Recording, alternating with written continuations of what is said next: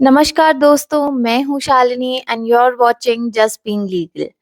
आज की इस वीडियो में हम डिस्कस करने वाले हैं अ रोड मैप टू बीएनएसएस। यानी कि इस वीडियो में हम डिस्कस करने वाले हैं कि जब एक ऑफेंस हो जाता है उसके बाद हमारे बीएनएसएस में क्या क्या स्टेप्स हैं जो हमें लीड करते हैं to a judgment. Okay, so इस ये जो वीडियो है it is strictly for the purpose so that you get to understand कि जो हमारा भारतीय नागरिक सुरक्षा संहिता जो है वो किस तरह से काम करता है। जैसा कि हम सभी जानते हैं, जिन्होंने सीआरपीसी पढ़ी है वो तो जरूर ये चीज जानते होंगे कि कभी भी सेक्शन 1 से शुरू नहीं होती है सीआरपीसी। वी ऑलवेज देखिए, सेक्शन 1 सेक्शन 2 जो है वो तो फिर डेफिनेशन क्लॉजेस आ गए, that is a different thing.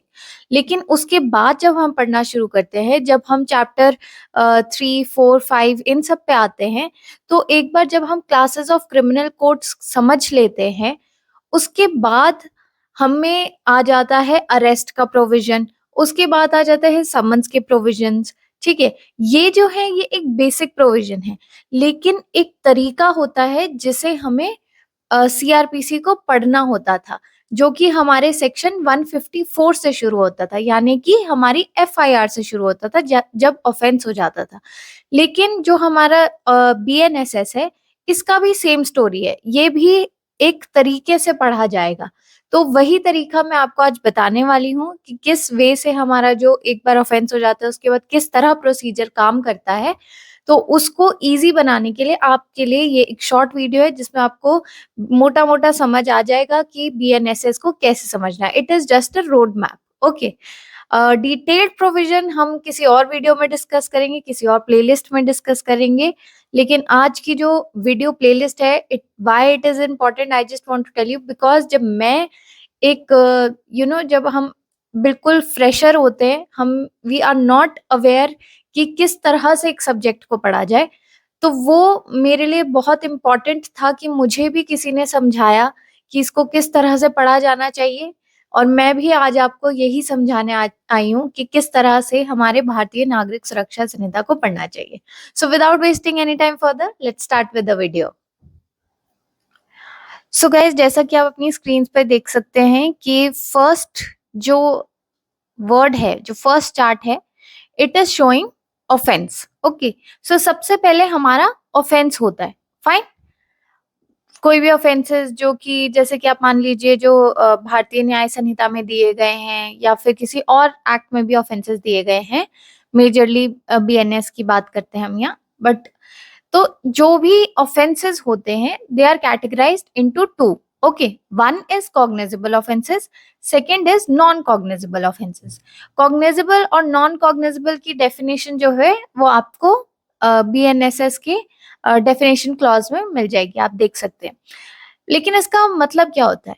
Cognizable का मतलब होता है arrest without warrant, non cognizable का मतलब होता है arrest with warrant. Cognizable cases जो होते हैं वो यूजुअली ज्यादा सीरियस नेचर के होते हैं in comparison to non cognizable offences. ठीक है, और कॉग्निजेबल ऑफेंसेस में पुलिस जो है वो क्विक एक्शन ले सकती है, वहां पर उसको वारंट की जरूरत नहीं है, वहां पर उसको मैजिस्ट्रेट से जाकर स्पेशल वारंट की जरूरत नहीं है। और नॉन कॉग्निजेबल ऑफेंसेस में ऐसा नहीं होता, आपको वारंट की जरूरत होती है। फाइन, तो अब हमारा जो कॉग्निजेबल ऑफेंस है, यहाँ पर जब हम सीआरपीसी की बात करते हैं तो हमारे पास प्रिलिमिनरी इंक्वायरी की प्रोविजन नहीं थी। फाइन, अब हमें बीएनएसएस में प्रिलिमिनरी इंक्वायरी की प्रोविजन दे दी गई है, which is under 173 clause 3 sub clause 1 and 2। Fine, तो यहाँ पर क्या है कि हम कॉग्निजेबल ऑफेंस की ही बात करेंगे आज की वीडियो में, नॉन कॉग्निजेबल को हम डील करेंगे इन अनदर वीडियो। फाइन, तो जो हमारा प्रीलिम, तो हम कॉग्निजेबल ऑफेंसेस को टू कैटेगरीज में डिवाइड करते हैं, जैसे you can see on your screens कि सबसे पहले प्रिलिमिनरी इंक्वायरी आ जाती है, फिर फाइलिंग ऑफ एफआईआर आ जाती है। Why I have written like this? Because जो प्रिलिमिनरी इंक्वायरी है that is even before filing of the FIR. Fine, अब क्या होता है कि कोई भी कॉग्निजेबल केस हुआ है, जिसकी सजा 3 साल तक की है या फिर 3 साल से ज्यादा की है और 7 साल से कम की सजा है, ठीक है। तो उस केस में कई बार जो पुलिस ऑफिसर, ओआईसी का मतलब है officer incharge of the police station, ठीक है, पीएस, फाइन। तो यहाँ पर है prior permission of DSP. With the prior permission of the DSP, जो officer incharge of the police station है, अगर उसे ऐसा लग रहा है कि कई बार आपको पता है on the face of it ऐसा नहीं लगता कि कोई ऑफेंस हुआ है, ऑल्दो कोई पर्सन ने आपको बताया कि ऑफेंस हुआ है, लेकिन आप उससे श्योर होना चाहते हो। ये प्रोविजन इसलिए डाला गया है क्योंकि the number of FIRs were increasing day by day, and you all know कि फॉल्स केसेस भी बहुत ज्यादा होते हैं। तो पुलिस के लिए ये बेसिकली एक प्री इंक्वायरी मेथड है कि अगर कोई केस नहीं हुआ है, कोई ऑफेंस नहीं हुआ है, कोई फॉल्स केस लग रहा है, तो उस केस में 14 डेज के टाइम पीरियड में उन्हें प्रिलिमिनरी इंक्वायरी करनी पड़ती है। अब आप यहाँ पर एक और इम्पॉर्टेंट चीज समझिए कि जो प्रिलिमिनरी इंक्वायरी है वो EN से लिखा गया है। Why? There is a reason, क्योंकि जो IN वाला इंक्वायरी होता है that is done by magistrate, okay, and जो प्रिलिमिनरी EN वाला इंक्वायरी है that is done by police now, and investigation तो वैसे भी पुलिस ही करती है, ठीक है। तो नेक्स्ट हमारा स्टेप आ जाता है filing of FIR under 173 clause 1, ठीक है। यहाँ पर क्या है कि इररिस्पेक्टिव ऑफ द एरिया, अब आप देखिए 0 FIR जो था वो हम पढ़ा करते थे and that was interpreted by the courts, it was not written CrPC में, कहीं पर भी इसका प्रोविजन नहीं था, लेकिन बीएनएसएस ने इसको इंक्लूड किया है। यहाँ पर हमने इररिस्पेक्टिव ऑफ द एरिया लिख दिया है, तो इस इट इज इम्प्लाइड कि दिस मीन्स 0 FIR, फाइन। तो कोई भी आपको अब ये नहीं बोल सकता कि जी हमारे थाने की जुरिस्डिक्शन नहीं बनती, जैसा कि आप लोग देखते होंगे, तो ऐसा कोई नहीं बोल सकता। अब आपको आपकी एफआईआर वहां पर रजिस्टर होगी, ठीक है। रजिस्टर कैसे हो सकती है? ओरल हो सकती है। ओरल जब आपकी एफआईआर रजिस्टर होती है उस केस में आपको फिर वो लिख के देते हैं, आपको सुनाते हैं, पढ़ाते हैं, समझाते हैं कि जो आपने लिखा है, जो आपने बोला है वो हमने इस तरह से इंटरप्रेट करके लिखा है, and if you agree kindly sign on the FIR, fine. Next है, अब यहाँ पर इलेक्ट्रॉनिक मीन से भी एफआईआर फाइल करी जा सकती है। ये पहले भी था, बट ये इसका कोई आप कह सकते हैं हमें सीआरपीसी में गिवन प्रोविजन नहीं था। It was just followed in जब कोई भी एक स्टेट है उसने अपनी ऐप बना दी है और वहां पर हम ग्रीवियंसेस रिड्रेसल पोर्टल करके होंगे आपके अलग अलग स्टेट्स के, वहां पर लोग अपना कंप्लेंट फाइल करते थे, एफआईआर फाइल कर देते थे, ठीक है। अब क्या होता है, यहाँ पर हमें एक्सप्रेसली प्रोविजन दिया गया है, ठीक है। एक इलेक्ट्रॉनिक मीन से कोई भी इंसान अपनी एफआईआर फाइल करवा सकता है, लेकिन 3 दिन के अंदर अंदर आपको पुलिस स्टेशन आना पड़ेगा और उस एफआईआर पर साइन करने पड़ेंगे, ठीक है। अब आप मुझसे पूछेंगे कि मान लीजिए 3 दिन में हम नहीं आ पाते हैं, तो क्या वो केस को शट कर दिया जाएगा? जी नहीं, ऐसा नहीं होगा। पुलिस की गाइडलाइंस हैं कि जब भी कोई इलेक्ट्रॉनिक मीन्स से एफआईआर फाइल करवाता है और 3 दिन में नहीं आता है और एक हीनियस क्राइम है, ठीक है, तो उस केस में with the permission of senior officers, if the police feels कि ठीक है इसमें लग रहा है कि कोई एक बड़ा क्राइम हुआ है या फिर समथिंग इज फिशी और यहाँ पर जरूरत है इन्वेस्टिगेट करने की, तो वहां पर पुलिस जो है वो फर्दर एक्शन ले सकती है, इवन विदाउट अगर आप 3 दिन के अंदर साइन करवाने नहीं आते हैं, ठीक है। वो आपसे पता करेगी, पूछेगी, वो आपको इन्फॉर्म करेगी कि ऐसा ऐसा हो रहा है, और अगर मान लीजिए आप नहीं आ पाते हैं 3 दिन के अंदर और उनको लगता है कि कोई केस नहीं बन रहा, तो वहां पर वो शट भी कर सकते हैं, फाइन। नेक्स्ट इज कोई भी ऑफेंस जो कि वुमेन के अगेंस्ट हुआ है या फिर मेंटली फिजिकली डिसेबल्ड पर्सन के अगेंस्ट हुआ है, उस केस में जो उनके घर पर जाकर एफआईआर को रिकॉर्ड किया जाएगा, और इस केस में इंटरप्रेटर या फिर स्पेशल एजुकेटर की अगर हेल्प चाहिए तो फिर उन्हें भी बुला लिया जाएगा, ठीक है।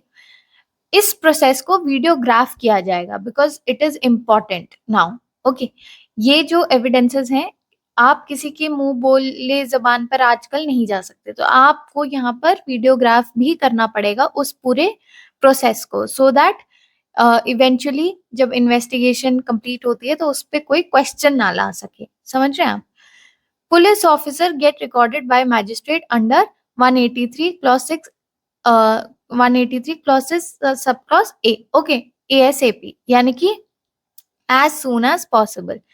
इस केस में जहां पर मेंटली फिजिकली डिसेबल्ड पर्सन है या फिर मान लीजिए विमेन के अगेंस्ट कोई क्राइम हुआ है, तो इन सब केसेस में जो पुलिस ऑफिसर है उसको मैजिस्ट्रेट को अंडर 183 क्लॉज 6 क्लॉज सब क्लॉज ए जल्दी से जल्दी बुलाकर उनकी जो स्टेटमेंट है उन्हें रिकॉर्ड करवाना है। Fine. Next is sub clause 2 which talks about copy free of cost. ये तो हम सबको पता है, अगर आपने FIR फाइल कराई है तो उस केस में आपको फ्री ऑफ कॉस्ट जो है FIR की कॉपी मिलेगी। ओके, अब आप देखिए यहाँ पर एक बड़ा मैंने एरो लगाया हुआ है साइड में। Why is it so? क्योंकि यहाँ पर हमें साइमल्टेनियसली पढ़ना है एंटिसिपेटरी बेल को, application for anticipatory bail before session court under 482। Okay, तो यहाँ पर क्या है कि मान लीजिए कि आपको ऐसा लग रहा है कि किसी ने मेरे अगेंस्ट FIR फाइल करने वाला है या मेरे अगेंस्ट FIR फाइल हो सकती है, ठीक है, it is an anticipation. Fine. तो उस केस में पर्सन जो है वो पहले ही अपनी एंटिसिपेटरी बेल सेशंस कोर्ट के सामने लगा देगा कि ऐसे ऐसे हो सकता है कि कोई एक पर्सन आए मेरे अगेंस्ट FIR लिखवाए, तो उस केस में मुझे अरेस्ट नहीं करा जाएगा। ठीक है, अब मान लीजिए आपकी सेशन कोर्ट में रिजेक्ट हो जाती है, तो उस केस में आप हाई कोर्ट में अप्लाई करेंगे, और अगर फिर भी रिजेक्ट हो जाती है तो आप सुप्रीम कोर्ट में अंडर आर्टिकल 136 SLP फाइल करते हैं in the supreme court. Fine.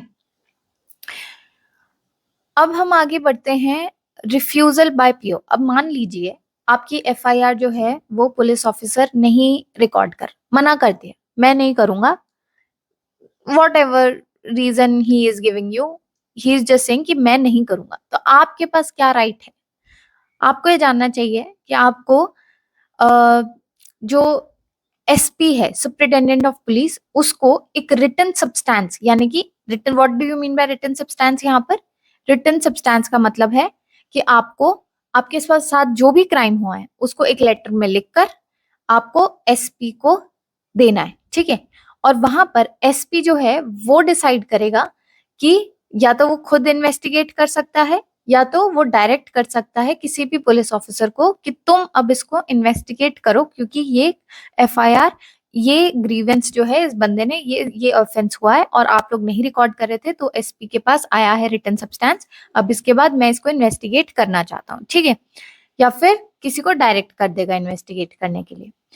Next is, मान लीजिए सुपरिटेंडेंट ऑफ पुलिस भी मना कर देता है, मैं नहीं करूंगा, सब मिले हुए हैं ठीक है, तो आप क्या कर सकते हैं? नेक्स्ट स्टेप इज कि जो एग्रीव्ड पार्टी है वो एप्लीकेशन डाल सकती है to magistrate under 175 clause 3 empowered under 210। ठीक है, अब जो मैजिस्ट्रेट है वो भी इन्वेस्टिगेशन करने की ऑर्डर करता है इन्वेस्टिगेशन करने को, खुद नहीं जाते हैं वो, देखिए उनका ओहदा जो है वो बड़ा है। ठीक है, वो इंक्वायरी करवा सकते हैं, वो इन्वेस्टिगेशन नहीं करवाएंगे, वो इन्वेस्टिगेशन हमेशा पुलिस ऑफिसर करवाएगा। बट मैजिस्ट्रेट जो है वो पुलिस ऑफिसर्स को डायरेक्ट कर सकते हैं कि आपको इसमें इन्वेस्टिगेशन करनी पड़ेगी। ठीक है, तो जो एग्रीव्ड पार्टी है वो मैजिस्ट्रेट के पास अंडर 175 क्लॉज 3 में जा सकती है, और इसकी पावर उसको कहाँ दी हुई है? मैजिस्ट्रेट को अंडर 210। फाइन, और इन्वेस्टिगेशन अब होगी।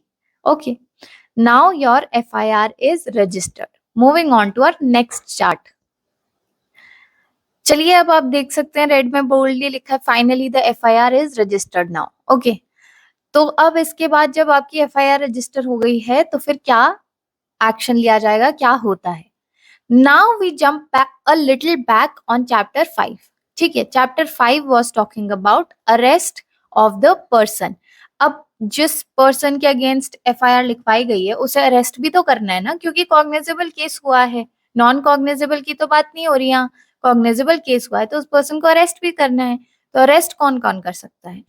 Arrest by police officer under section 35 read with 36। ठीक है, पुलिस ऑफिसर्स की पावर टू इन्वेस्टिगेट हमें सेक्शन 35 एंड 36 में दी हुई है। अरेस्ट बाय प्राइवेट पर्सन की कहाँ दी गई है 40 में, और मैजिस्ट्रेट की कहाँ दी गई है 41 में। यानी कि अरेस्ट कौन कौन कर सकता है हमारे कॉग्निजेबल केसेस में? 3 लोग कर सकते हैं, पुलिस ऑफिसर, कोई भी प्राइवेट पर्सन, या फिर मैजिस्ट्रेट हिमसेल्फ। ओके, अब मान लीजिए एफआईआर रजिस्टर हो गई है, आप साइमल्टेनियसली उसके साथ क्या पढ़ेंगे? आप पढ़ेंगे filing of quashing petition before the high court under 528। Okay, तो मान लीजिए आपके अगेंस्ट एफआईआर रजिस्टर हो गई है, अब आप उसको क्वॉश करवाना चाहते हैं because you are submitting in the court कि इस एफआईआर का कोई मतलब नहीं है, और कुछ whatever reason the person is giving, वो बस एक क्वॉशिंग की पिटिशन डालते हैं, या फिर मान लीजिए समझौता हो गया उनमें, या जिस भी वे से क्वॉशिंग की पिटिशन डाल देते हैं, और वहां पर वो कहते हैं कि आप मेरी एफआईआर को क्वॉश करवा दीजिए। जब क्वॉश हो जाती है एफआईआर, तो उसकी वैल्यू हो जाती है 0। दैट मीन्स कि वो in the eyes of law, in the eyes of the country, there is no FIR against that person. आपका जो स्टेटस होता है that becomes normal. That means you are not, जब भी पूछा जाएगा कि आपके अगेंस्ट कोई केस हुआ था या कुछ भी, तो उस केस में आप बोलेंगे नहीं, क्योंकि आपकी जो एफआईआर है उसको क्वॉश कर दिया गया, उसकी वैल्यू अब 0 है। ठीक है, you are back to square one. ठीक है, तो अब arrest of the person under cognizable cases में हमने पढ़ लिया 3 लोग कर सकते हैं। अब हम पढ़ेंगे right of the person arrested. ठीक है, तो अब जो पर्सन अरेस्ट हुआ है उसके भी तो कुछ राइट्स है ना, हम उसको ऐसे ही थोड़ी ना कन्फाइन करके रख देंगे and then we will just forget about him और या हर, जो भी है। ठीक है, तो हम यहाँ पर जो फर्स्ट चीज है, it is given under under section 38 which says advocate of choice, यानी कि कोई भी पर्सन जो अरेस्ट किया गया है उसको अपना खुद का एडवोकेट जो है उसको चूज करने का खुद का राइट होता है। तो वो ये चीज बोल सकता है कि मैं अपने एडवोकेट से कंसल्ट करना चाहता हूँ कि what statements are to be given, what to say, what not to say, whatever that is, he or she has the right to go and ask for the advocate of his choice to the police officer, बताना पड़ता है उन्हें। ठीक है, second is no unnecessary restraint. अब यहाँ पर अगर आप पहले लॉ पढ़ चुके तो आपको पता होगा, डी के Basu is a very famous case जिसमें ये गाइडलाइंस दी गई थी, गाइडलाइंस ऑफ अरेस्ट बेसिकली। ठीक है, जहां पर ये बताया गया था कि कोई भी पर्सन जो है उसको अननेसेसरी रिस्ट्रेन नहीं किया जाएगा, यानी कि जैसे कि आपने देखा होगा अननेसेसरीली किसी को भी हैंडकफ नहीं किया जाएगा। ठीक है, बांधा नहीं जाएगा। बाय बिकॉज यू नो अभी केस डिसाइड नहीं हुआ है, we can not treat a person already as a convict. तो इसीलिए यहाँ पर हम लोग अननेसेसरी रिस्ट्रेंट को अवॉइड करते हैं, क्योंकि हर कोई भागना भी तो नहीं चाहता है ना। एवरीबडी इज नॉट लाइक कि मेरे को अरेस्ट कर लिया तो मैं भाग ही जाऊंगा, अब ऐसा नहीं होता है। तो इसीलिए under section 46 no unnecessary restraint की प्रोविजन दी गई है, it is a right. Okay, next is to be informed grounds of arrest and of the right of bail. अब मान लीजिए कोई ऑफेंस हुआ है, वहां पर जो पुलिस ऑफिसर है उसे अरेस्टेड पर्सन को ये चीज बतानी पड़ेगी कि तुम्हें अरेस्ट करा क्यों गया है। किसी को बिना बताए आप पुलिस स्टेशन में नहीं रख सकते, किसी को अरेस्ट नहीं कर सकते बिना बताई उनके ग्राउंड्स कि उन्होंने किया क्या है, okay. And the second thing is कि अगर वहां पर उसको बेल एज अ राइट है, बेलेबल ऑफेंस है, तो आपको ये भी बताना पड़ेगा कि आपके पास बेल का राइट है और आप अपना बॉन्ड सबमिट करवा के, सिक्योरिटी सबमिट करा के you can get bail. Fine. Next is inform about arrest etcetera to relative और फ्रेंड। अब यहाँ पर क्या है कि अगर किसी भी पर्सन को मान लीजिए सड़क पे से उठा लिया, सड़क पे देखा उठा लिया, वहां पर उसके ना रिलेटिव को पता है ना किसी फ्रेंड को पता है, वो तो परेशान हो जाएंगे ना कि हमारा रिलेटिव या फिर सॉरी हमारा जो कोई भी है जिसको अरेस्ट किया वो कहाँ चले गया। तो इसीलिए इट इज अ राइट कि वो जो पर्सन जो अरेस्ट किया गया है वो अपने रिश्तेदारों को, वो अपने फ्रेंड्स को ये चीज बता सके कि मुझे अरेस्ट कर दिया गया है। तो आप लोग जैसे भी मतलब you can come to the police station, you can fill the bond, security, whatever it may be, आप ऐसा कर सकते हैं and then I will be relieve, जो भी है। बट उन्हें अगर नहीं भी है तो भी उन्हें राइट है, अगर नॉन अवेलेबल ऑफेंस भी है तो भी उन्हें राइट है कि उनके रिलेटिव्स को बताई जाए ये चीज। Fine, now moving on to our next chart. Okay, so now next chart talks about duty of police officer. अब हमने राइट्स पढ़ लिए, हमने ये पढ़ लिया कि कौन अरेस्ट कर सकता है। अब हम पढ़ेंगे कि पुलिस ऑफिसर की क्या ड्यूटी होती है जब वो एक पर्सन को अरेस्ट कर रहा होता है। देखिए, हम ये अरेस्ट का प्रोविजन जो है, अरेस्ट का जो चैप्टर है, why are we reading it so in depth, because ये सारे प्रोविजंस जो हैं वो एक फ्लो में चलते हैं और हमें ये फॉलो करने पड़ते हैं and it is important for us to understand कि ये सारे जो सेक्शंस हैं इन्हें एक लाइन में पढ़ा जाए ताकि आपको बीएनएसएस जो है वो एक तरीके से समझ आए। ओके, सो जो ड्यूटी ऑफ पुलिस ऑफिसर है, it is number 1 is search of the arrested person. देखिए, किसी भी पर्सन को अरेस्ट किया है, आप उसे सर्च तो करेंगे ना कि कहीं उसके पास कोई ऐसा मटेरियल तो नहीं है which is illegal to carry, या फिर उसके पास कोई वेपन तो नहीं है। तो इस केस में सबसे पहले किसी भी पर्सन को अरेस्ट करते हैं तो उन्हें सर्च करते हैं। Next is seize offensive weapon. अगर उसके पास कोई ऑफेंसिव वेपन पाया गया है, नाइफ, गन, व्हाटएवर, ठीक है, कुछ भी हो, तो वो सब कुछ आपको सीज करना पड़ता है इन अ प्लास्टिक बैग, ठीक है।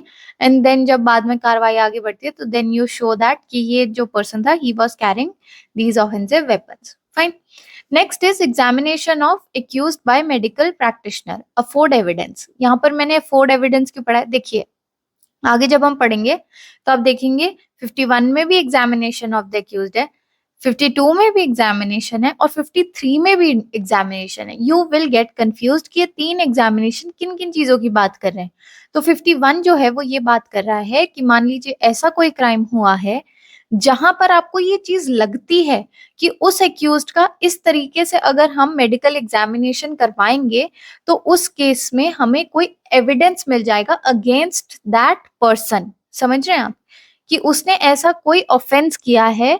मान लीजिए हमें ऐसा लगता है कि उसने कोई ऐसा ऑफेंस किया जहाँ पे डीएनए की जरूरत है या फिर किसी भी चीज की जरूरत है, किसी भी यू नो कोई भी ऐसा एक एग्जामिनेशन है मेडिकल जहाँ पर उसके फॉर एग्जाम्पल आप मान लीजिए मैं आपको एग्जाम्पल देती हूँ, जैसे कि उनका हम कर लेते हैं ये टेस्ट जिससे पता चलता है if the person is drunk और नॉट।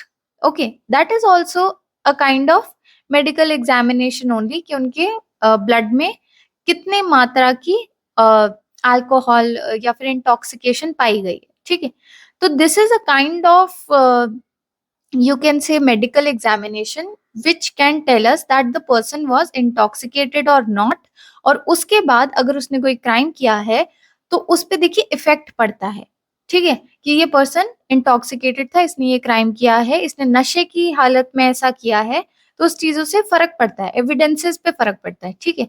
तो दैट इज अंडर 51। 52 बात करता है हमारे एक्यूज्ड ऑफ रेप। अब यहाँ पर सीमेन कलेक्शन, ठीक है, नेल्स में अगर मान लीजिए जैसे स्क्रैचेस हो जाते हैं तो फिर उस केस में नेल्स में अगर किसी के स्किन का सैंपल मिलता है कुछ भी, तो उस ये सब चीजें जो हैं वो सब आपको डीएनए वगैरह ये सब आपको कलेक्ट करना होता है सो दैट जब आगे कार्रवाई हो तो हमें पता हो कि इस पर्सन का क्या क्या मेडिकल रिपोर्ट में आया था and if it is matching with the victim और नॉट। फाइन, नेक्स्ट इज जो हमारा 53 है, it is talking about examination of arrested person. Now this is a general examination. Okay, this talks about कि अगर कोई भी पर्सन को हमने अरेस्ट किया है, कल को वो पुलिस पे ही उल्टा इल्जाम लगा दे कि इन्होंने हमारे साथ 3rd डिग्री किया है, ठीक है। तो इस केस में क्या होता है, जो मेडिकल प्रैक्टिशनर है उसको ये बोला जाता है कि आप इनका जनरल मेडिकल एग्जामिनेशन कीजिए ताकि हमें पता चल पाए कि इनको कहाँ चोट लगी है, कहाँ अगर कोई इनको प्रॉब्लम तो नहीं है, क्योंकि इन केस अगर मान लीजिए थोड़ा बहुत कुछ भी the police uses any kind of violence against the arrested person which is not allowed, तो वहां पर ऐसी कोई सिचुएशन ना आ जाए या फिर एकदम से हार्ट अटैक ना हो जाए, ठीक है। तो ऐसे बंदे को उस जो पर्सन अरेस्टेड है उसका मेडिकल किया जाता है so that the police knows कि इसको ये प्रॉब्लम है और इसको किस तरह से ट्रीट करना चाहिए अंडर कस्टडी। फाइन, या कोई एलर्जी तो नहीं है कि खाने में ही कुछ ऐसा दे दिया and then the person is suffering, ठीक है। These are general examination. So 51 was talking about जो एविडेंस अफोर्ड करता है, 52 इज टॉकिंग अबाउट रेप के एग्जामिनेशन के specific, and 53 is general examination. Fine.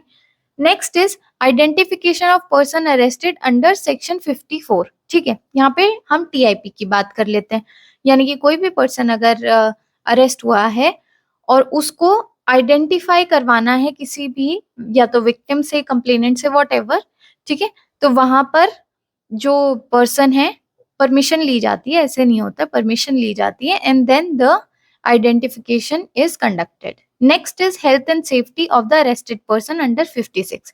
Now health and safety standards भी maintain करके रखने हैं। ऐसा नहीं है कि कोई कम्युनिकेबल डिजीज फैली हुई है या the situation of the jails, the situation of the police station is so unhealthy and so unhygienic that the person is not able to survive even one day there. It is really bad. ऐसा नहीं होना चाहिए, ठीक है। Health and safety भी जो है वो भी पुलिस को देखनी है। Next is arrested person to be taken before the magistrate or the officer in charge of the police station under 57. Now you will ask me why is it यहाँ पर कि और OIC of the police station, because हमने पढ़ा है कि जो magistrate के सामने तो लेके जाना ही जाना है जो भी अरेस्टेड पर्सन है उसको। दूसरी बात यह है कि officer in charge of the police station के पास। अब आप बोलेंगे पुलिस नहीं है, अरेस्ट करा है, पुलिस के पास ही लेके जाना है। देखिए प्राइवेट पर्सन भी तो अरेस्ट कर रहा था ना, पहले हमने जब पढ़ा था स्लाइड में। तो कोई प्राइवेट पर्सन कर रहा हो सकता है, या फिर मान लीजिए कोई जूनियर लेवल का पर्सन कर रहा हो सकता है, या फिर उस उस पुलिस स्टेशन के ही किसी you can say junior level के पुलिस सूबेदार, या फिर होते ना ये, I am not able to recall कौन होते हैं ये, हवलदार, सॉरी हवलदार, आई एम सिंग हवलदार जो होते हैं जैसे। तो वो लोग अगर मान लीजिए लेके आते हैं तो उन्हें भी पुलिस स्टेशन के इंचार्ज को बताना पड़ता है कि आज मैंने कौन से लोगों को अरेस्ट किया। Okay, now the next is person arrested not to be detained more than 24 hours under 58, ठीक है। तो कोई भी पर्सन को जिसको अरेस्ट किया है उसे 24 आवर्स से ज्यादा नहीं रख सकते, उसे आपको मैजिस्ट्रेट के सामने प्रेजेंट करना पड़ेगा। Now you see the blue marker, जो ब्लू मार्कर में है, हाईलाइट में है, it is saying unless special order by the magistrate under 187। इस वाले 58 के साथ हमें 187 पढ़ना है, जहां पर ये दिया गया है कि मान लीजिए इन्वेस्टिगेशन जो है वो 24 आवर्स के अंडर कंप्लीट नहीं हो पाती है, तो उस केस में क्या करना है ये भी तो पता होना चाहिए ना। छोड़ देंगे क्या जिसको अरेस्ट किया है कि बस आप जाइए, हो गया 24 आवर्स? नहीं, ऐसे नहीं होता है, ठीक है।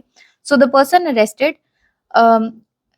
सो यहाँ पर जो पुलिस ऑफिसर है, it forwards the accuse to magistrate, and जो मैजिस्ट्रेट है कंसिडर करता है वेदर जो वो पर्सन है उसको या तो बेल पे रिलीज किया जा सकता है, या फिर उसकी बेल जो है वो कैंसिल कर दी जा चुकी है due to some reasons that the offence is very heinous, और तो उस केस में 15 डेज तक का टाइम दिया जा सकता है और उसको जुडिशियल कस्टडी में रखा जाता है यहाँ पर, ठीक है, 15 डेज के लिए। अब बट में authorise detention if he satisfied that adequate grounds exist. अब इन 15 दिन से भी ज्यादा एक्सीड हो सकता है। किस केस में उसकी डिटेंशन जो है वो उसको इंक्रीज किया जा सकता है? देखिए, अगर मैजिस्ट्रेट जो है ही इज सेटिस्फाइड कि 15 दिन के बाद कि this offence has some grounds, कुछ ऐसे है मटेरियल इसमें, तो इस केस में अगर कोई भी ऐसा ऑफेंस हुआ है जिसकी पनिशमेंट डेथ या लाइफ इम्प्रिजनमेंट या फिर 10 ईयर्स से ज्यादा है, तो उस केस में 90 डेज तक के लिए उसको कस्टडी में रखा जा सकता है, और कोई भी और ऑफेंस है तो उसमें 60 डेज के लिए। फाइन। इसके साथ हम साइमल्टेनियसली पढ़ते हैं बेल का प्रोविजन, जो कि हमारे 480 एंड 483 में गिवन है। अब आप देख रहे हैं किस बेल जो है वो हमारी फ्रॉम द वेरी स्टार्ट चल रही है। सबसे पहले हमने एंटिसिपेटरी बेल पढ़ी, फिर उसके बाद हमने अरेस्ट के प्रोविजंस पढ़ रहे हैं, तब भी हमें बेल पढ़नी है। बेल तो शुरू से हमें एक राइट दिया गया है कि आप बेल जो है उसको आप पूरे उसके साथ जो हमारा प्रोसीजर है उसके साथ चला के रखिए, because you can not detain anyone, मतलब without any reason, without any ground. Okay, so moving on to our next chart now. So next is, अब आप देखिए मैंने वापस से लिखा है finally the FIR is registered now. ये हमने पहले भी देखा था पुराने चार्ट में, क्योंकि उस चार्ट में हमने उसके बाद पढ़े थे अरेस्ट के प्रोविजंस. अब इस चार्ट में जो हमारा, हम एक बार दोबारा से रिलेट करते हैं उसको, वो जो अरेस्ट के प्रोविजंस हमने पढ़े हैं ना, देखिए उसको in the back of your mind आप हमेशा रखिए, क्योंकि it is a process which has to be followed. जो हमारा अब हम जो पढ़ने जा रहे हैं, that is in a manner कि इस तरह से पुलिस जो है वो काम करती है. अरेस्ट का तो चल रहा है साइड में, लेकिन आप देखिए अब हम आ गए हैं इन्वेस्टिगेशन पे, विच इज ऑल्सो अरेस्ट के सेकेंड साइमल्टेनियसली. समझ रहे हैं आप, अरेस्ट हो गई है, साथ में इन्वेस्टिगेशन भी चल रही है. ठीक है, तो अब सेक्शन 175 पढ़ेंगे हम, जहां पर पुलिस ऑफिसर की पावर दी गई है to investigate a cognizable offence. तो अगर आपसे कल को पूछा जाए कि पुलिस को कहां से पावर मिलती है to investigate in a cognizable offence, तो आप बोलेंगे सेक्शन 175 हमारा बीएनएसएस का उन्हें पावर देता है. ठीक है, सेक्शन 176 जो है, इट इज सेइंग कि प्रोसीजर क्या होगा इन्वेस्टिगेशन का, कि इन्वेस्टिगेशन किस तरह करी जाएगी. साइमल्टेनियसली देखिए, send a report to magistrate. Under 178, magistrate proceed or depute any magistrate to hold preliminary inquiry or dispose of the case.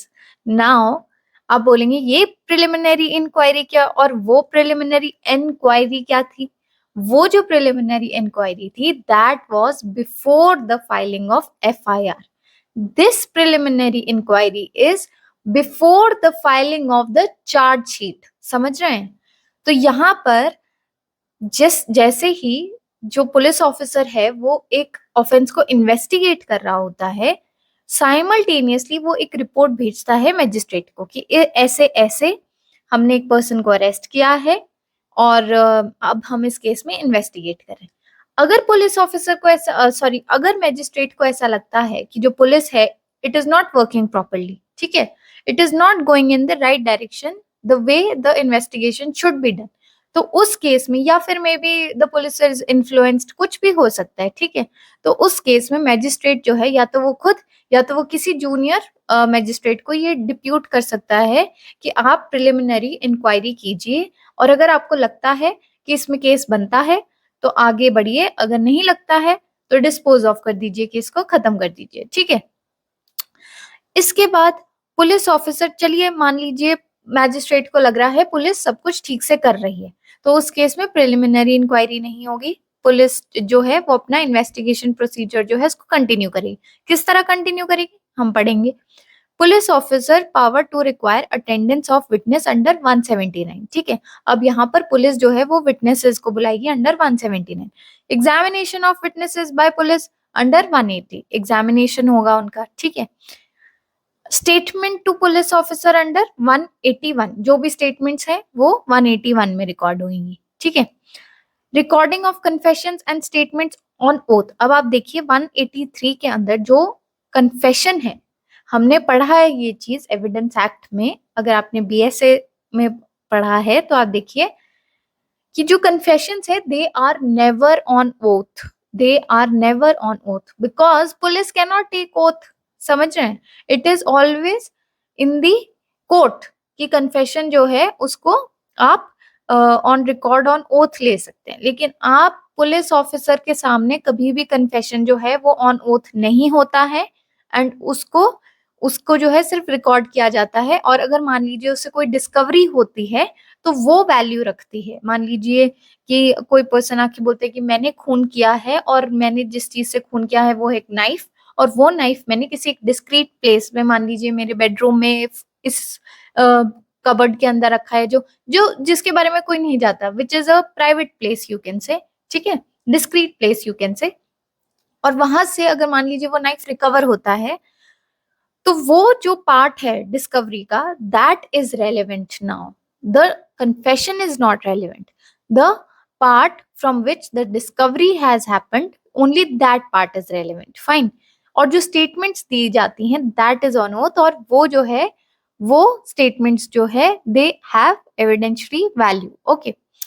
Next is medical examination of the victim of the rape. अब जो किसी भी person जो भी victim है rape का, उसका medical examination भी वहां किया जाता है ताकि पता लगाया जा सके who is the accused, what is the status of the victim. Okay. Research by the police officer, search की भी वहां पे प्रोविजन दी गई है पुलिस ऑफिसर्स को अंडर 185. ठीक है, किसी भी जगह में जाकर वो सर्च कर सकते हैं. ठीक है. अब आप देखिए एक बड़ा एरो जो साइड में है, वहां पर लिखा है diary of proceeding under proceedings in investigation under 192. अब देखिए ये जो है ये साइमल्टेनियसली पढ़ना है आपको. ठीक है. ये सब जो 180 जिस दिन से हमारे पास ऑफेंस की इंफॉर्मेशन आई है, ठीक है, जो जिस दिन से हमारे पास ऑफेंस की इंफॉर्मेशन आई है उस दिन से एक डायरी मेंटेन हो रही थी, जिसके बारे में आप जो डायरी है जो मैजिस्ट्रेट को टाइम टू टाइम दिखाई जाती है कि क्या चल रहा है. ठीक है. तो ये जो डायरी है ये हमें कहाँ पर दी गई है, कहाँ पर बताया गया है कि पुलिस ऑफिसर्स को ये डायरी मेंटेन करके रखनी है. It is given under 192. Okay. तो ये जो डायरी है इसमें लिखे होते हैं डे टू डे रूटीन. आज हम फलानी जगह गए, आज हमारे पास फलाना ऑफेंस आया, रिकॉर्ड हुआ, हमने ये किया, हमने क्या कार्रवाई की, हमने किन किन को पुलिस स्टेशन में बुलाया, हमने कौन से बयानों को रिकॉर्ड किया. ठीक है.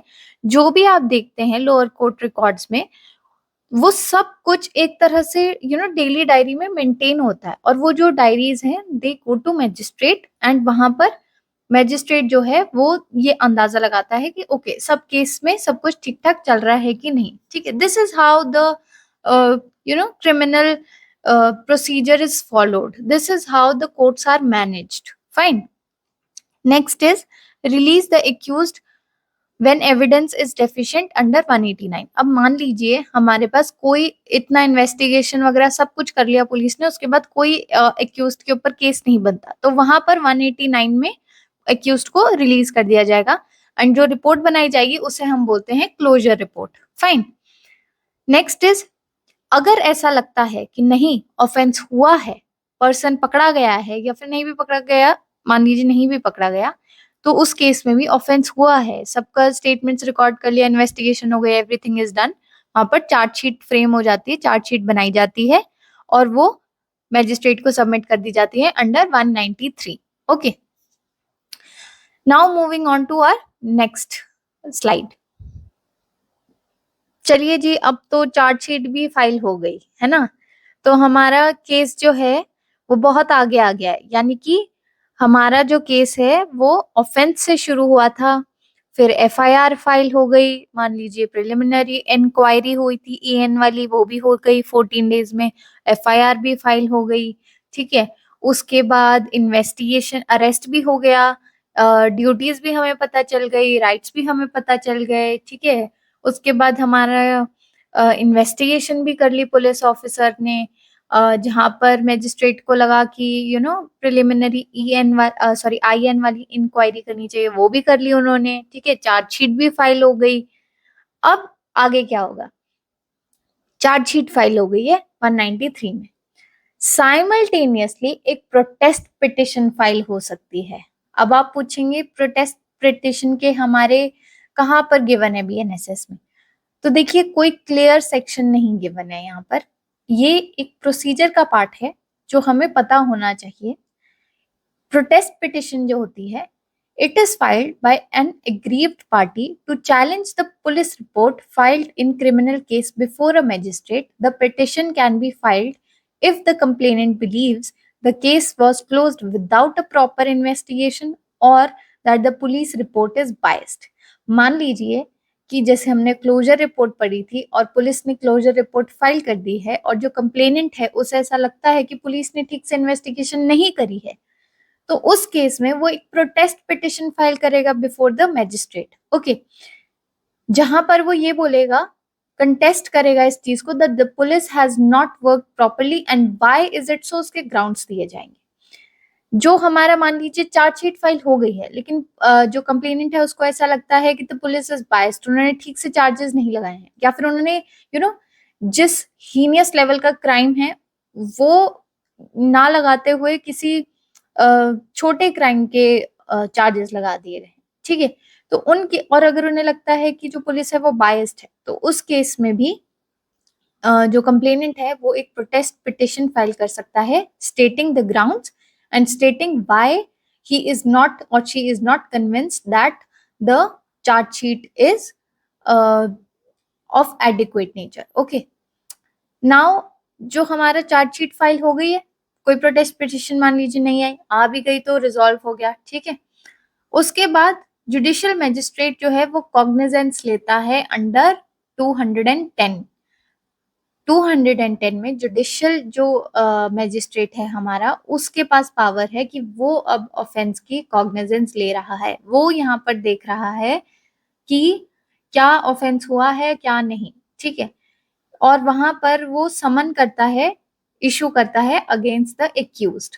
देखिए, जो समन वाला चैप्टर है और जो वारंट वाला चैप्टर है, ये जो चैप्टर्स है ना, ये आपको पढ़ने हैं एक तरह से ट्रायल के साथ।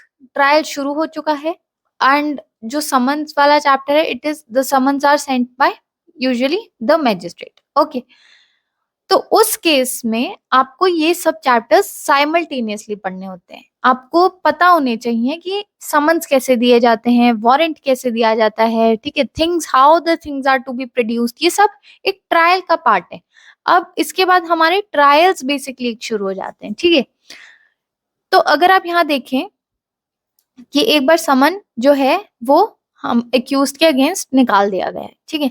Offence committed other than the offence for which the punishment is death, life imprisonment और ऑफ टर्म एक्सीडिंग 7 साल, यानी कि अगर 7 साल से अबव का ऑफेंस है, कोई भी डेथ हुई है, या फिर sorry, the punishment is death और लाइफ इम्प्रिजनमेंट, या फिर 7 ईयर से ज्यादा की पनिशमेंट है, तो उस केस में उन केसेस को छोड़कर, ठीक है, उन केसेस को छोड़कर आप एक एप्लीकेशन डाल सकते हैं प्ली बार्गेनिंग की अंडर 290। ये भी एक कह सकते हैं, it is a part of trial we can say, ठीक है। द प्ली बार्गेनिंग वाला जो एक प्रोसेस है, it is a part of trial. आप ये सोचोगे कि इतने स्टेप्स क्यों हैं, क्योंकि देखिए, हम नहीं चाहते कि ट्रायल फालतू में लंबा खींचे, ठीक है। तो अगर प्ली बार्गेनिंग से सॉर्ट होती हैं चीजें, अगर द कंप्लेनेंट इज एग्रीइंग, और उन्हें मान लीजिए किसी वे से कंपनसेट करके they are fine with it, तो व्हाई शुड वी फालतू में stretch the trials before the court, ठीक है। तो उस केस में क्या होता है कि अगर मान लीजिए प्ली बार्गेनिंग की एप्लीकेशन लगा दी गई है, जो एक्यूज्ड है उसने अपना गिल्ट मान लिया है, उन्होंने मान लिया, उन्होंने बोला हम इनको कंपनसेट कर देंगे, तो with in 30 days from the framing of the chargesheet, जिस दिन चार्जशीट बनी है उसके 30 days के अंडर अंडर उन्हें प्ली बार्गेनिंग की एप्लीकेशन लगानी पड़ती है, ठीक है। अब अगर मान लीजिए प्ली बार्गेनिंग जो है वो सक्सेसफुल हो चुकी है, तो उस केस में तो जजमेंट आ जाएगी, and that judgement is final, और कोई भी अपील नहीं जाएगी उस जजमेंट में से, ठीक है। मान लीजिए प्ली बार्गेनिंग फेल हो गई है, तो इस केस में जो आर्ग्यूमेंट्स हैं वो फिर कोर्ट के सामने स्टार्ट हो जाएंगे। Now the case will be presented before the court. अब आप सोच रहे होंगे, मान लीजिए प्ली बार्गेनिंग में एक्यूज ने अपना जो गिल्ट है उसको he has confessed to it, he or she has agreed to this fact कि हाँ उन्होंने क्राइम किया है, तो क्या वो जो उनके स्टेटमेंट्स हैं जो प्ली बार्गेनिंग में उन्होंने बोले थे, मान लीजिए, और क्योंकि प्ली बार्गेनिंग फेल हो गई है यहाँ पर, ठीक है, तो can they be use? No, they will never be use. जो भी प्ली बार्गेनिंग में बोला गया है, जो भी स्टेटमेंट्स यूज करी गई हैं, जो भी कन्फेशंस दिए गए हैं, वॉट एवर इट में बी, वो सब जो है वो ट्रायल के अंदर अब यूज नहीं होंगे। अब ये चीज आकर ये नहीं बोल सकती जी उन्होंने तो प्ली बार्गेनिंग में मान लिया था अपना कि उन्होंने ऑफेंस किया, अब यहाँ पर ये मुकर रहे हैं, नहीं। The person has the right to contest, okay, क्योंकि प्ली बार्गेनिंग फेल हो गई है, fine. Now arguments before the court on framing charges. अब यहाँ पर मान लीजिए charges not made out, accused is discharge. अब आर्ग्यूमेंट्स होने के बाद ये पता चलता है कि जो चार्जेस हैं वो नहीं बन रहे, ऐसे ही इतना इन्वेस्टिगेशन हो गई और कोई एक तुक नहीं बनता उस पूरे आर्ग्यूमेंट्स के बाद कोई केस होने का, ठीक है, कोई है ही नहीं उसमें, दम नहीं है केस में, तो उन केसेस में एक्यूज्ड को डिस्चार्ज कर दिया जाएगा। मान लीजिए चार्जेस जो हैं वो they are framed, they are made by the magistrate, he is satisfied now, तो वहां पर साइमल्टेनियसली क्या हो सकता है, filing of revision petition against the framing of charges before the higher court under 438। मान लीजिए मैजिस्ट्रेट ने फ्रेम कर दिए हैं चार्जेस, वहां पर जो हमारा जो कंप्लेनेंट है ही इज नॉट सेटिस्फाइड कि ये जो चार्जेस हैं दे आर नॉट एडिक्वेट, तो वहां पर वो हायर कोर्ट में जाकर एक रिवीजन पिटिशन जो है उसको फाइल कर सकता है under 438। Fine, now moving on to the last chart of our slide. So now the charges are framed, fine. इसके बाद क्या होगा कि trial starts before the court, court के सामने ट्रायल स्टार्ट हो जाता है। Trial before the court of session under section under chapter 19, ठीक है, अगर सेशंस कोर्ट ट्रायल है तो वो चैप्टर 19 में चलेगा।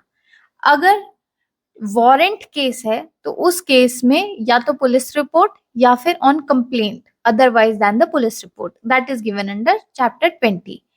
ट्रायल्स फॉर समन केसेस जो है that is given under chapter 21 and summary trials जो है that is given under chapter 22। Now all these chapters will be read with chapter 6, chapter 7, chapter 24, 25, 26, 27, 28, ठीक है। ये जब ट्रायल चल रहा होगा इन सब में, तो ये सारे जो चैप्टर्स हैं उन्हें साइमल्टेनियसली पढ़ना है, हमने ये याद रखना है कि ये जो चैप्टर्स हैं they are part of our trial system. Fine, अब मान लीजिए इसके बाद जजमेंट आ जाती है अंडर चैप्टर 29। जजमेंट कहां पर दी गई है, अंडर चैप्टर 29। जजमेंट के दो ही रिजल्ट होते हैं, इक्विटल, कन्विक्शन। इक्विट हो जाता है तो चलो जी बरी हो गए आप जाइए, कन्विक्ट हो जाता है तो उसके बाद hearing on the quantum of sentence होती है, यानी कि ये डिसाइड होता है, ये अलग डेट पे होती है, आप ये जानिए सेम डेट पे नहीं हो जाता। मान लीजिए आज किसी को कन्विक्ट ठहरा दिया गया है तो उसकी क्वांटम जो है वो एक अलग डेट दी जाएगी कि आज के दिन इनकी सेंटेंस का क्वांटम डिसाइड किया जाएगा कि कितने दिनों तक इन्हें सेंटेंस मिलेगी, ठीक है, या किस तरह की सेंटेंस मिलेगी, तो उसकी अलग से हियरिंग हो जाती है। नाउ मान लीजिए कि they are not satisfied, they want to appeal, ठीक है, they have lost the case, they want to appeal, तो उस केस में हायर कोर्ट्स में यानी कि सेशन कोर्ट में या हाई कोर्ट में या फिर सुप्रीम कोर्ट में आप अपील फाइल कर सकते हैं under chapter 31। Okay, so guys this I hope you all understood कि हमारा जो रोड मैप था फ्रॉम ऑफेंस टिल जजमेंट और वी कैन से अपील तक आप सबको समझ आ गया होगा। This is the basic way to read BNSS, this is the way you know you should understand कि हमारा एक ट्रायल कैसे वर्क करता है। देखिए रट तो कोई भी सकता है, समझ पढ़ तो कोई भी सकता है, पढ़ तो CRPC कोई कोई एक नॉर्मल इंसान भी पढ़ लेगा who is not even related to law, fine. लेकिन इंपॉर्टेंट चीज ये है कि किस तरह से पढ़ना है कि सामने वाले को ये चीजें समझ आए। हमें ये चीज समझनी चाहिए कि हमारी CRPC जो है वो अरेस्ट से शुरू नहीं होती है। हमें ये समझना है कि हमारी जो CRPC सॉरी BNSS है, आई एम सो सॉरी, हमारी जो BNSS है दैट स्टार्ट्स, इनफैक्ट CRPC भी, that starts from filing of an FIR, that is first information report. Fine.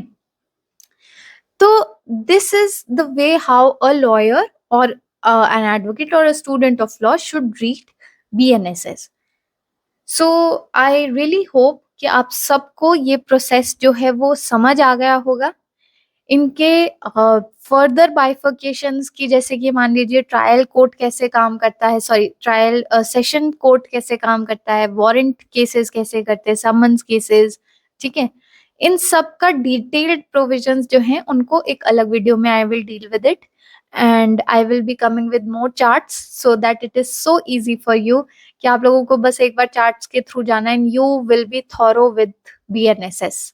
आपको दोबारा मुड़ के नहीं देखना पड़ेगा. You know how to, if you want to explain anyone that this is how BNSS works, you can just explain in just 10 to 15 minutes that this is the structure of our BNSS. Fine. I really hope you liked this video, and if you like my videos, kindly like, share and subscribe to my channel. Thank you so much for being so patient and so loving. Thank you so much.